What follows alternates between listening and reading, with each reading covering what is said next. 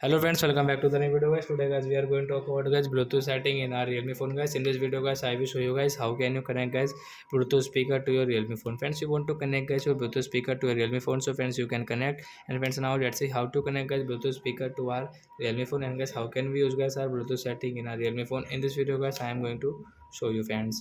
So first of all guys we will on our guys phone setting to connect our speaker.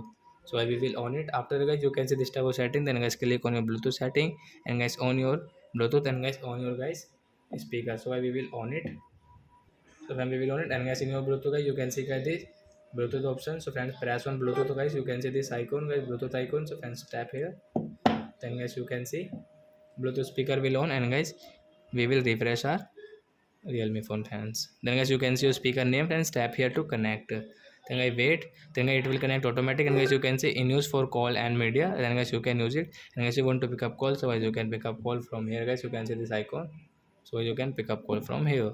So I hope friends you understood how to connect Bluetooth speaker to our Realme phone. So that's it guys, thanks for watching guys. Now we will meet on next video. Bye friends, thanks for watching the video.